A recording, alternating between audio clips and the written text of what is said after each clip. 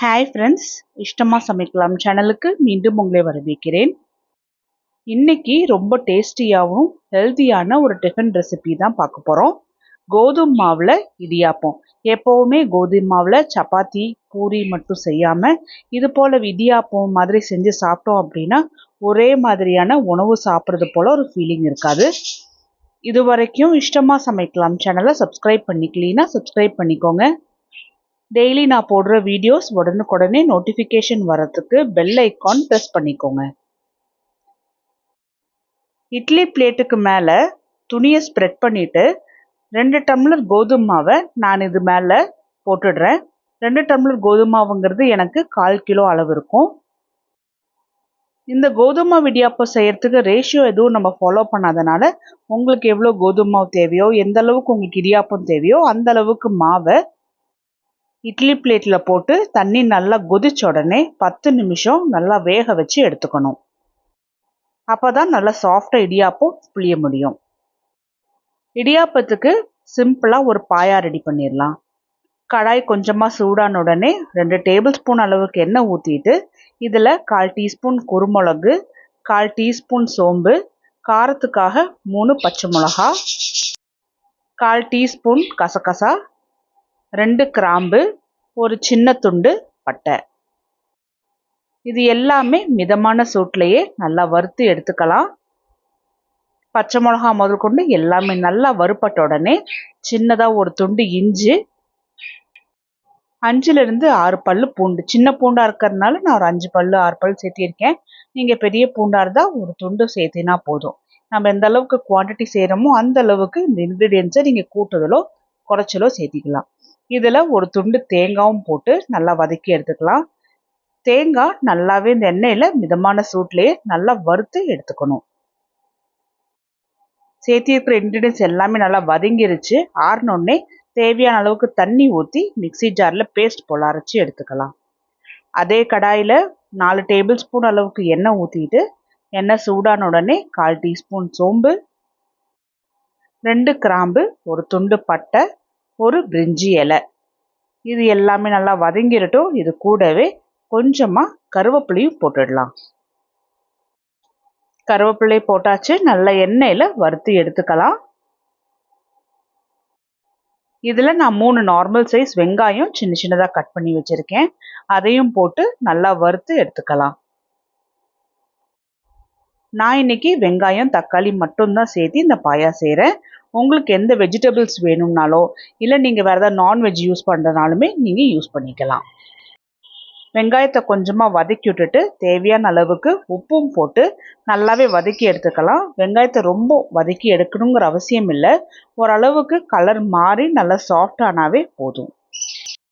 இதில் ஒரு normal size தக்காளியை சின்ன சின்னதாக கட் பண்ணி போட்டு இதையுமே வெங்காயத்தோட சேர்த்து நல்லா கலந்துட்டு வரலாம். இப்போது வெங்காயம் தக்காளி நல்லா சேர்ந்தே நல்லா வதக்கி எடுத்துக்கலாம். அதனால தான் வெங்காயத்தை ரொம்ப வதக்கி எடுக்காமல் விட்டாச்சு.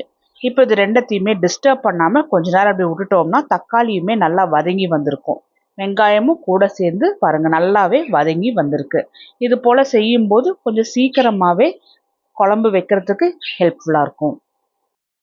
இதில் அரைச்சி வச்சுருந்த தேங்காய் பேஸ்ட்டை ஊற்றிட்டு மிக்சி ஜாரில் ஒரு 1/2 டம்ளர் அளவுக்கு தண்ணி ஊற்றி அதையுமே குழம்புல ஊற்றிட்டு நல்லா கலந்துட்டு வரலாம்.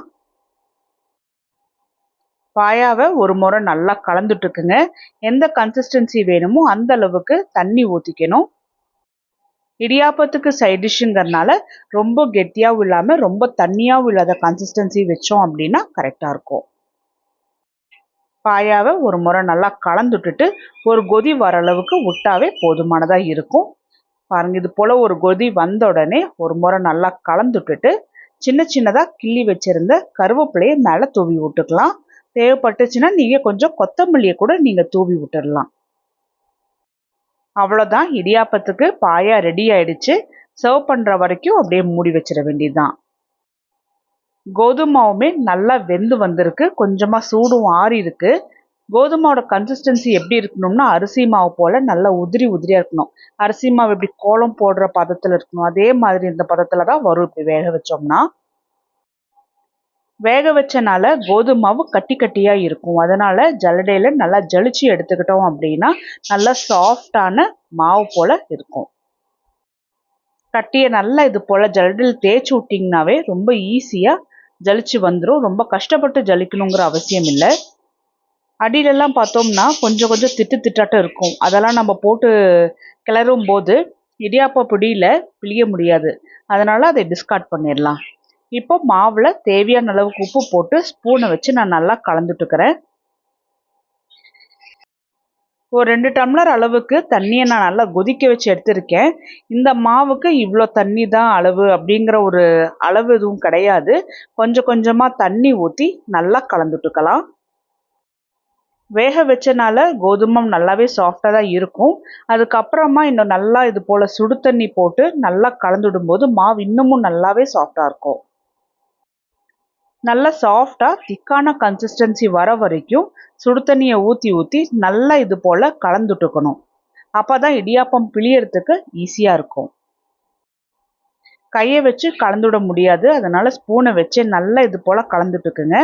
இப்போ பார்த்தீங்கன்னா நல்லா ஒரு லைட்டாக சப்பாத்தி பதத்துக்கு மாதிரி இருக்குது. அது வரைக்கும் தண்ணி ஊற்றி கலந்துட்டாவே போதும். கொஞ்சம் லைட்டாக சூடு ஆறுனதுக்கு அப்புறமா கையை வச்சு நல்லா இது போல் கலந்துட்டுக்கலாம். கையால் தொடும்போதே தெரியும் நல்லா பூ போல் சாஃப்டாக இருக்கும். அதுவே கரெக்டான கன்சிஸ்டன்சி தான். நல்லா இது போல் ஒன்று கூடி எடுக்கிற அளவுக்கு நல்லா பிசைஞ்சு எடுத்துக்கணும். கையை வச்சு நல்லா இன்னும் பிசைய இன்னமும் நல்லா சாஃப்டாகி நல்லா ஒன்று போல் கூடி வரும். இப்போ பாருங்கள், சப்பாத்தி எந்த அளவுக்கு பிசைஞ்சு எடுக்கிறோமோ அதே மாதிரி நல்லா மாவை பிசைஞ்சு எடுத்தாச்சு. இடியாப்பம் பிழியிற மெஷினில் சின்ன சின்ன ஓட்டை உள்ள பிளேட்டும் போட்டுட்டு எந்த அளவுக்கு இந்த மெஷின் பிடிக்குமோ அந்த அளவுக்கு மாவு எடுத்து நல்லா ஹொரிசான்டலாட்ட ஷேப் பிடிச்சி உள்ளே வைக்கணும். இப்போ பிடிக்கும் போதே இந்த மாவோட கன்சிஸ்டன்சி இருக்கும். நல்லாவே சாஃப்டாக இருக்கும். இந்த இடியாப்பம் பிழியிற மெஷினுக்குள்ளே கொஞ்சமாக எண்ணெய் தடவிட்டு இது போல் மாவை வச்சுட்டு மூடி வச்சிடலாம். இடியாப்பம் பிளேட்டில் எல்லாத்துலேயுமே நான் கொஞ்சம் கொஞ்சம் எண்ணெய் ஊற்றி நல்லா இது போல் ரப் பண்ணி விட்டுக்கிறேன். அப்போது இடியாப்பம் வெந்து வரும்போது டீமோல்ட் பண்ணுறதுக்கும் ஈஸியாக இருக்கும். உங்கள்கிட்ட இது போல் பிளேட் இல்லைன்னா இட்லி பாத்திரத்தில் கூட நீங்கள் பிழிஞ்சு விட்டு வேக வச்சு எடுத்துக்கலாம். நீங்கள் இது போல் கோதுமை மாவில் பிழியும் போது கை வலிக்கும் அப்படிங்கிற பயப்படவே தேவையில்லை. பிழியறதே தெரியாது. அந்த அளவுக்கு நல்ல ஸ்மூத்தாக சாஃப்டாக இருக்கும். எல்லா பிளேட்லேயுமே நான் இது போல் இடியாப்பம் பிழிஞ்சிட்டு நல்லா கொதிக்கிற தண்ணியில் இட்லி பாத்திரத்தில் வச்சு நான் வேக வச்சு எடுத்துக்க போகிறேன். 10 நிமிஷம் வெந்தாவே போதும். நல்ல சூப்பராக சாஃப்டான இடியாப்பம் ரெடி ஆயிடுச்சு. நல்ல ஹெல்த்தியாக கோதுமை மாவில். இப்போ நான் உங்களுக்கு இடியாப்பம் இந்த பிளேட்டில் எடுத்து காமிக்கிறேன் பாருங்கள். எந்த அளவுக்கு நல்ல சாஃப்டாக இருக்குது. ஈஸியாகவும் இருக்குது. பிளேட்டில் ஒட்டாமல் நல்லா டீமோல்ட் பண்ணிட்டு வரத்துக்குமே நல்லா இருக்குது. அரிசி மாவுக்கும் கோதுமை மாவுக்கும் எந்த ஒரு வித்தியாசமுமே இருக்காது. அந்த அளவுக்கு பாருங்கள் எந்த அளவுக்கு நல்லா சாஃப்டாக இருக்குன்னு. நல்ல ஹெல்த்தியாக இருக்குது. சுகர் பேஷண்ட்ஸ் இல்லை அரிசி மாவு சாப்பிட வேண்டாம் அப்படின்னு நினைக்கிறவங்க, வெயிட் லாஸ் பண்ணணும்னு நினைக்கிறவங்க எல்லாருமே இது போல் ட்ரை பண்ணி சாப்பிட்லாம். அவ்வளோ அருமையான ஒரு டிஃபன். நீங்களும் நான் இந்த வீடியோவில் சொன்னது போலவே கோதுமை மாவு வச்சு நல்லா சூப்பராக ஒரு இடியாப்பம் செஞ்சு பார்த்துட்டு எப்படி வந்துச்சுன்னு எனக்கு கமெண்ட் பண்ணுங்கள். இந்த வீடியோ உங்களுக்கு பிடிச்சிருந்தா லைக் பண்ணுங்கள். உங்கள் ஃப்ரெண்ட்ஸ் எல்லாத்துக்கும் ஷேர் பண்ணுங்கள். இஷ்டமாக சமைக்கலாம் சேனலுக்கு சப்ஸ்கிரைப் பண்ணிக்கோங்க. டெய்லி நான் போடுற வீடியோஸ் உடனுக்குடனே நோட்டிஃபிகேஷன் வர பெல் ஐக்கான் ப்ரெஸ்